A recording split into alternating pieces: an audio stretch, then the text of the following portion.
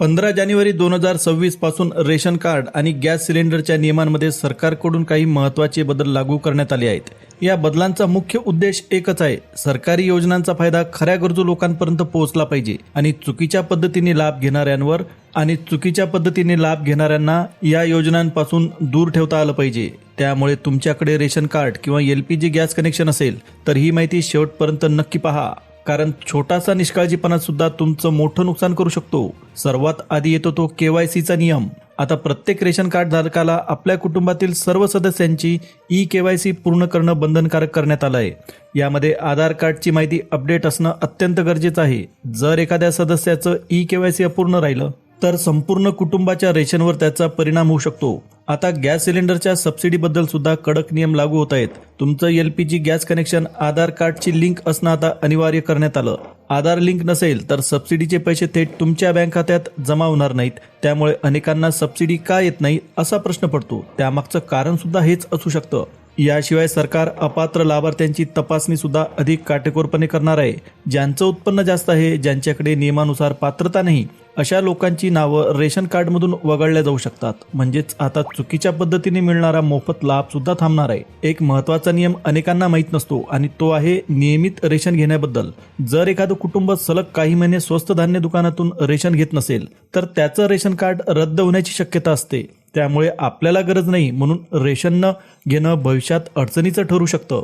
आणखी एक महत्त्वाचा मुद्दा म्हणजे मोबाईल नंबर अपडेट करणे.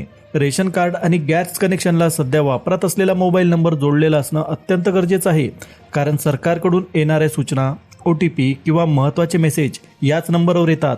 नंबर चुकीचा किंवा बंद असेल तर तुम्ही महत्त्वाची माहिती गमावू शकता. म्हणूनच 15 जानेवारी 2026 पूर्वी तुमचं KYC, आधार लिंकिंग आणि मोबाईल अपडेट आहे का हे एकदा नक्की तपासून बघा. नाहीतर पुढे तुमचं रेशन बंद होऊ शकते किंवा गॅस सबसिडी सुद्धा थांबू शकते. आता महत्त्वाच्या सूचनांकडे आपण लक्ष देऊ. आता एक गोष्ट लक्षात ठेवा, आपण जी माहिती सांगत आहोत ती सध्या उपलब्ध असलेल्या सरकारी अपडेट्सवर आधारित आहे. सरकार वेळोवेळी नियमांमध्ये बदल करू शकते. त्यामुळे कोणताही अंतिम निर्णय घेण्यापूर्वी तुमच्या भागातील तहसील कार्यालय, रेशन ऑफिस किंवा गॅस एजन्सीकडून अधिकृत माहिती नक्की करून घ्या. यामुळे पुढे कोणताही गोंधळ किंवा नुकसान होणार नाही. आता हे बदल का केले जात आहेत यामागे अत्यंत महत्त्वाची कारणं आहेत. सरकार अतिशय कडक नियम आणतंय. आता हे जरी आपण खरं म्हटलं, याच्या मागची कारणं सुद्धा समजून घेणं अत्यंत महत्त्वाचं आहे. अनेक सरकारी अहवालांमधून असं समोर आलं आहे की अजूनही काही श्रीमंत किंवा नियमात न बसणारे लोक स्वस्त रेशन किंवा गॅस सबसिडीचा फायदा घेत आहेत. यामुळे खऱ्या गरजू कुटुंबांपर्यंत मदत पोहोचत नाही. हाच अन्याय थांबवण्यासाठी 15 जानेवारी 2026 पासून हे नियम अधिक कडक करण्यात आले आहेत. या बदलांचा थेट फायदा खऱ्या लाभार्थ्यांना होणार आहे. बनावट नावे किंवा मृत व्यक्तींची नावे रेशन कार्डमधून हटवली जातील. खरोखर पात्र असलेल्या कुटुंबांना सरकारी योजना मिळतील आणि आधार लिंकिंगमुळे संपूर्ण प्रक्रिया डिजिटल, स्वच्छ आणि पारदर्शक होईल. आता रेशन कार्डमधील प्रत्येक सदस्याची ओळख पटवणं बंधनकारक करण्यात आलं. म्हणजे घरातील एकही व्यक्ती या प्रक्रियेबाहेर राहू शकत नाही. आता यासाठी नेमकं काय करायचं?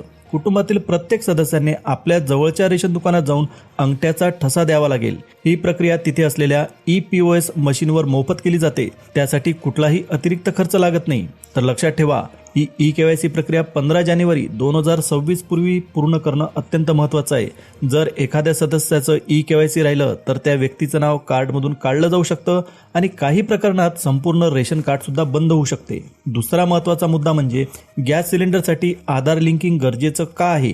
गॅस सिलेंडरची सबसिडी थेट तुमच्या खात्यात यावी यासाठी सरकारने आधार लिंकिंग अनिवार्य केलं आहे. म्हणजे तुमचं आधार कार्ड गॅस कनेक्शनशी जोडलेलं असायलाच हवं. आता हे आधार लिंकिंग कसं करायचं हे सुद्धा तुम्ही नीट समजून घ्या. तुम्ही थेट तुमच्या गॅस एजन्सीकडे जाऊन ही प्रक्रिया करू शकता किंवा मग गॅस कंपनीच्या अधिकृत मोबाईल ॲपच्या माध्यमातून घरबसल्या देखील आधार लिंकिंग करू शकता. याचा फायदा सुद्धा खूप मोठा आहे. सबसिडीचे पैसे कुठेही अडकणार नाहीत. ते थेट आणि सुरक्षितपणे तुमच्याच बँक खात्यात जमा होतील. एक महत्त्वाची गोष्ट लक्षात ठेवा, तुमचं आधार कार्ड बँक खात्याशी किंवा चालू मोबाईल नंबरची लिंक असणं खूप गरजेचं आहे. नाहीतर सबसिडी, OTP किंवा व्यवहारात अडचणी येऊ शकतात. तुम्हाला तुमच्या भागातील रेशन ऑफिस किंवा गॅस एजन्सीचा नंबर हवा असेल तर अत्यंत महत्त्वाची माहिती पुढे दिलेली आहे. जर कुठलीही शंका असेल, कागदपत्रांबद्दल अडचण असेल किंवा अपडेट करायचं असेल तर जवळच्या सरकारी कार्यालयासोबत तुम्ही संपर्क साधा.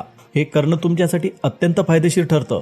योग्य माहिती वेळेवर मिळाली तर पुढचा त्रास टाळता येतो. आता अपात्र रेशन कार्ड धारकांवर सरकार थेट कारवाई करणार आहे. सरकारने स्पष्ट संदेश दिला आहे, जे आर्थिकदृष्ट्या सक्षम आहेत त्यांनी रेशन कार्डचा फायदा घेऊ नये. 15 जानेवारी 2026 नंतर अशा लोकांची तपासणी करून त्यांचं रेशन कार्ड रद्द केलं जाणार आहे. तर मग लोक अपात्र ठरू शकतात हे समजून घेणं सुद्धा तुमच्यासाठी महत्त्वाचं आहे. कोणते लोक अपात्र ठरू शकतात हे समजून घ्या. जे लोक इन्कम टॅक्स भरतात, ज्यांच्याकडे स्वतःची कार किंवा जीप आहे, किंवा ज्यांचं मोठं पक्कं घर किंवा जास्त मालमत्ता आहे, अशा लोकांचा यामध्ये समावेश होऊ शकतो. आता सगळ्यात महत्त्वाची गोष्ट, जर कोणी खोटी माहिती देऊन आतापर्यंत रेशन घेतलं असेल तर त्यांचं फक्त रेशन कार्डच रद्द होणार नाही, तर घेतलेल्या रेशनची वसुली सुद्धा होऊ शकते. काही प्रकरणांमध्ये कायदेशीर कारवाई सुद्धा होऊ शकते. त्यामुळे नियम मोडणं आता महागात पडू शकतं. वन नेशन वन रेशन कार्डमध्ये काही महत्त्वाचे बदल सरकारकडून करण्यात आले. कामासाठी बाहेरगावी किंवा दुसऱ्या राज्यात राहणाऱ्यांसाठी ही खरंच दिलासादायक बातमी आहे. आता तुम्ही देशात कुठेही असलात तरी तुमचं आधार लिंक असलेलं रेशन कार्ड चालणार आहे. याचा नेमका फायदा कोणाला होणार? दुसऱ्या राज्यात काम करणारे मजूर, बांधकाम कामगार, छोटे व्यावसायिक किंवा नोकरीसाठी बाहेर राहणारे लोक यांना आता रेशनसाठी गावाकडे परत जाण्याची गरज पडणार नाही. तुम्ही जिथे असाल तिथल्या कोणत्याही सरकारी स्वस्त धान्य दुकानातून रेशन घेऊ शकता. एका दुकानावर अवलंबून राहावं लागणार नाही आणि तुमच्या गरजेनुसार धान्य मिळेल. त्याच्यानंतरचा आपल्यासाठी अत्यंत महत्त्वाचा मुद्दा म्हणजे रेशनची गुणवत्ता आणि पारदर्शकतेवर सरकारचा भर. आता सरकारचं लक्ष फक्त रेशन वाटपावर नाही तर लोकांना मिळणाऱ्या अन्नाच्या गुणवत्तेवर सुद्धा आहे. म्हणजेच स्वस्त असो किंवा मोफत, आहार पोषणयुक्तच असायला हवा असा सरकारचा आग्रह आहे. यामुळे पुढच्या काळात रेशन दुकानांमध्ये धान्याची गुणवत्ता सुधारेल, मोजमापात गडबड कमी होईल आणि संपूर्ण प्रणाली अधिक पारदर्शक बनेल. म्हणजे गरजू कुटुंबांना योग्य प्रमाणात आणि योग्य दर्जाचं रेशन मिळेल. आता रेशनमध्ये नेमके कोणत्या कोणत्या गोष्टी तुम्हाला भेटणार आहेत? आता फक्त गहू आणि तांदूळ एवढ्यावरच मर्यादा राहणार नाही. काही राज्यांमध्ये यासोबत डाळी, खाद्यतेल आणि मीठ यासारख्या गरजेच्या वस्तू सुद्धा नियमितपणे दिल्या जाणार आहेत. म्हणजेच रोजच्या स्वयंपाकासाठी लागणाऱ्या मूलभूत गोष्टी आता रेशन कार्डच्या माध्यमातून तुमच्या घरापर्यंत येतील. सगळ्या स्वस्त धान्य दुकानांमध्ये EPOS मशीन वापरणं बंधनकारक केलेलं आहे. याचा फायदा थेट तुम्हालाच होणार, कारण यामुळे धान्याची चोरी, कमी माप देणं किंवा नावावरून गडबड करणं थांबेल. अंगठ्याच्या ठशावर संपूर्ण नोंद होणार असल्यामुळे तुम्हाला तुमच्या हक्काचं रेशन 100% मिळेल. दुकानात तासनतास रांगेत उभं राहावं लागू नये यासाठी रेशन वाटपासाठी ठराविक वेळापत्रक तयार केलं जात आहे. कोणत्या दिवशी कोणत्या वेळेत रेशन मिळेल हे आधीच ठरलेलं असेल. त्यामुळे लोकांचा वेळ वाचेल आणि अनावश्यक गर्दी सुद्धा होणार नाही. आता थोडक्यात सांगायचं तर तुमचं आधार कार्ड तुम्ही अपडेट ठेवा, eKYC वेळेत पूर्ण करा. ही 2 कामं केली तर सरकारी योजनांचा लाभ कुठेही अडकणार नाही आणि तुमचं रेशन, सबसिडी सगळं सुरळीत चालू राहील. आता तुम्हाला जर तुमच्या रेशन कार्डची सध्याची स्थिती कशी आहे हे जाणून घ्यायचं असेल तर ही माहिती तुमच्यासाठी अत्यंत महत्त्वाची आहे. कार्ड चालू आहे का नाही, नाव कापलं गेलंय का किंवा eKYC पूर्ण झाली आहे का, हे सगळं तपासणं खूप महत्त्वाचं आहे. योग्य माहिती वेळेवर कळली तर पुढचा त्रास तुम्हाला टाळता येऊ शकतो. आता महत्त्वाची कागदपत्र आणि eKYCची प्रक्रिया सुद्धा तुम्ही समजून घ्या. 15 जानेवारी 2026 पासून लागू होणाऱ्या नव्या नियमांचा फायदा घ्यायचा असेल तर काही कागदपत्रे आधीच तयार ठेवणं फार गरजेचं आहे. ही कागदपत्रे नसतील तर तुमची प्रक्रिया अर्धवट राहू शकते आणि सरकारी लाभ थांबण्याची सुद्धा शक्यता आहे. मग नेमकी कोणती कागदपत्रे जवळ ठेवावी असा जर प्रश्न तुमच्या मनात आला असेल तर ते सुद्धा तुम्हाला या व्हिडिओमध्ये पाहायला मिळेल. पहा मित्रांनो, कुटुंबातील प्रत्येक सदस्याचं आधार कार्ड तुम्ही सोबत ठेवा. तुमचं रेशन कार्डची मूळ प्रत किंवा झेरॉक्स प्रत ही जवळ असू द्या. गॅस कनेक्शनसाठी ग्राहक डायरी म्हणजे गॅस पासबुक जवळ असणं गरजेचं आहे. यासोबत आधारशी लिंक केलेलं पासबुक आणि चालू मोबाईल नंबर सुद्धा असायला हवा. ही सगळी कागदपत्रे एकदा नीट तयार ठेवली तर eKYC, आधार लिंकिंग आणि इतर सरकारी प्रक्रिया खूप सोप्या होतील. आता eKYC कशी करायची याचीच अत्यंत सोपी पद्धत सुद्धा तुम्हाला माहीत असणं गरजेचं आहे. आता बघा, eKYC ही काही अवघड प्रक्रिया नाही. ही कामं तुम्ही 2 सोप्या मार्गांनी पूर्ण करू शकता. रेशन कार्डसाठी आता काय करावं लागेल तर तुमच्या जवळच्या सरकारी रेशन दुकानात एकदा भेट द्या.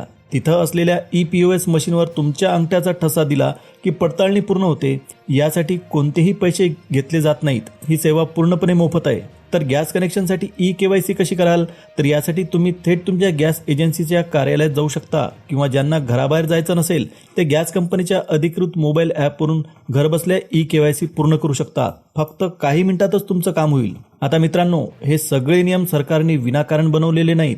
खऱ्या गरजू लोकांपर्यंत मदत पोहोचावी आणि सगळ्या प्रक्रिया पारदर्शक राहाव्यात हा यामागचा प्रमुख उद्देश आहे. पण लक्षात ठेवा, जर तुम्ही 15 जानेवारी 2026 पर्यंत KYC किंवा आधार लिंकिंग सारख्या प्रक्रिया पूर्ण केल्या नाहीत तर मोठा फटका बसू शकतो. तुमचं रेशन कार्ड रद्द होऊ शकतं आणि गॅस सिलेंडरवर मिळणारी सबसिडी सुद्धा थांबू शकते. म्हणून शेवटची तारीख येईपर्यंत वाट बघू नका. आजच ही कामं पूर्ण करा, म्हणजे पुढे तुम्हाला कोणतीही अडचण येणार नाही. तर मित्रांनो, 15 जानेवारी 2026 नंतर रेशन कार्डबद्दल आणि गॅस कनेक्शनबद्दल जितकेही काही बदल होणार आहेत त्याची संपूर्ण माहिती आपण या व्हिडिओमध्ये पाहिली. व्हिडिओ अत्यंत महत्त्वाचा आहे. तुम्हाला जर व्हिडिओ आवडला असेल तर व्हिडिओला लाईक द्या, चॅनलला सबस्क्राईब करा, जवळच असलेल्या बेल नोटिफिकेशनला ऑलवर सेट करा. आता पुन्हा भेटूया एका नवीन अपडेटसह. तोपर्यंत जय हिंद, जय महाराष्ट्र.